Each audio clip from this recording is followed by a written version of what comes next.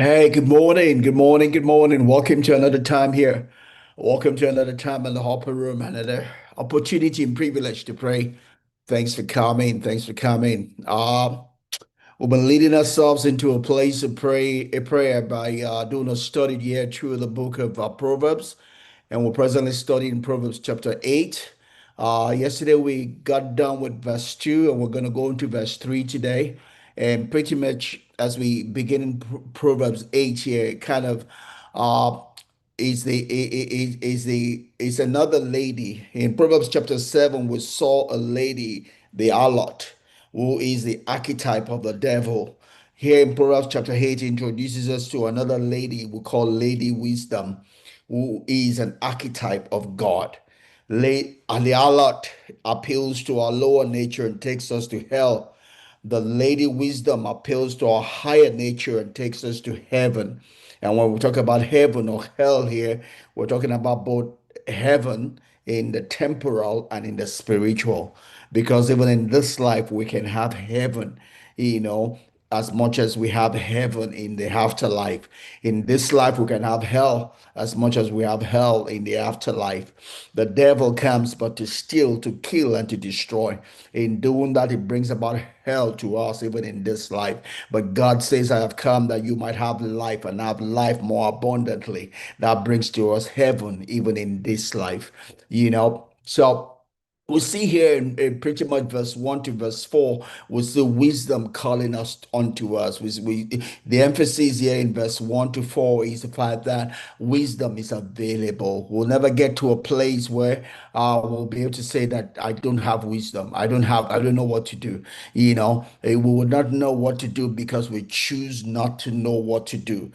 Everything that we need to know what to do is available to us. It's just for us to awaken to it, and that's what Paul was writing. He says that those with the law will be judged by the law, those without the law will be judged without the law. Because even if when there's no written law, there's law all around in the universe. And that's what we looked at in Romans chapter 1, verse 18 to 32. We began to see God talking about people that know Him.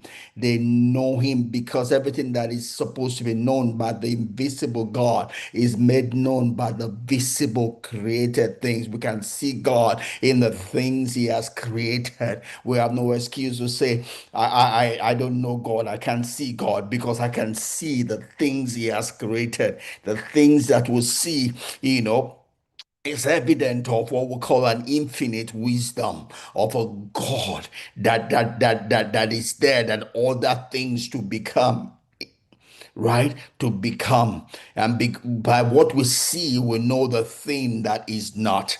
The things that we see become the evidence of the God that is not. Like Hebrews 1:11 would tell us, it says, faith is the title deed of the things we're expecting, of the things we cannot see. We have a title deed for the things we cannot see. We cannot see God, but we have what is a title deed for God. Because by the things that we see, we know that God exists. And that's what wisdom is telling us. Wisdom is all around telling us about the way to live, the way to life, the way to overcome the devil's influence upon our life. Wisdom is appealing to our higher nature just as much as the harlot, the devil, is appealing to our lower nature. Just as much as there are things to appeal to our lower nature, there are things to appeal to our higher nature, and the choice is ours to make. So God comes and says, behold, I present before you life and death,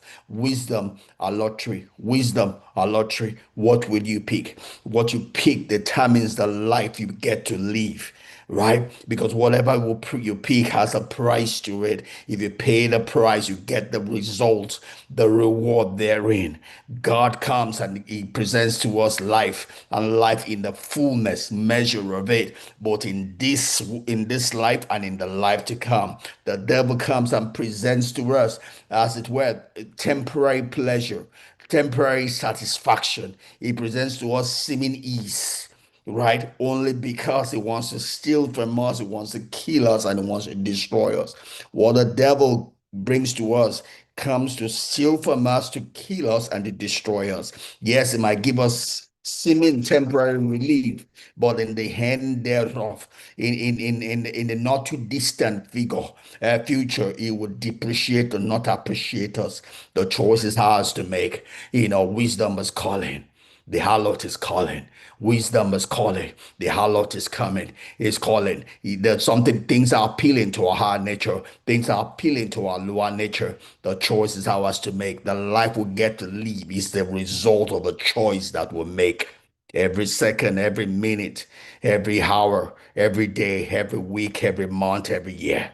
Let's so looking at Proverbs chapter 8, and we'll look going into verse 3, and it just continues from verse 2, it just naming the places where um wisdom is, right? Verse 2 talks about that wisdom is on top of a hill, it cannot be missed. Wisdom is in the place in the is in these in intersections where people are. In verse 3, it goes on and says that wisdom cries out by the gates at the entry of the city, at the entrance to the doors. It stays in a place where it cannot be missed. It's on the hilltop. You cannot but see it. It's at the cross section intersections where people are. It's also at the entrance to the city. Where people pass. It's at the gates where people pass. Wisdom is there and is calling to all people. To hear a voice. It's not speaking to just some people. Wisdom is not does not segregate. Wisdom is not racial. Wisdom speaks to all people, talks to young, the old. Wisdom does not separate, does not segregate. It's talking to the young, it's talking to the old, it's talking to the rich, it's talking to the poor. To hear our voice and heed our voice so that their lives can be touched and their lives can be made different.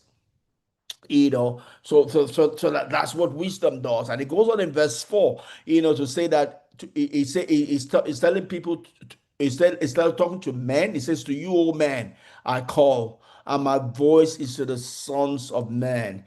Some commentary will talk about that. Is that talking about just the men that are high up, the men that are low down? Wisdom is talking to everybody, because every person born of woman needs wisdom. We need wisdom. Nobody can go through this life without wisdom. And here he's not talking about intelligence. People can be intelligent but not wise, right? It's one thing to be intelligent and another thing to be wise.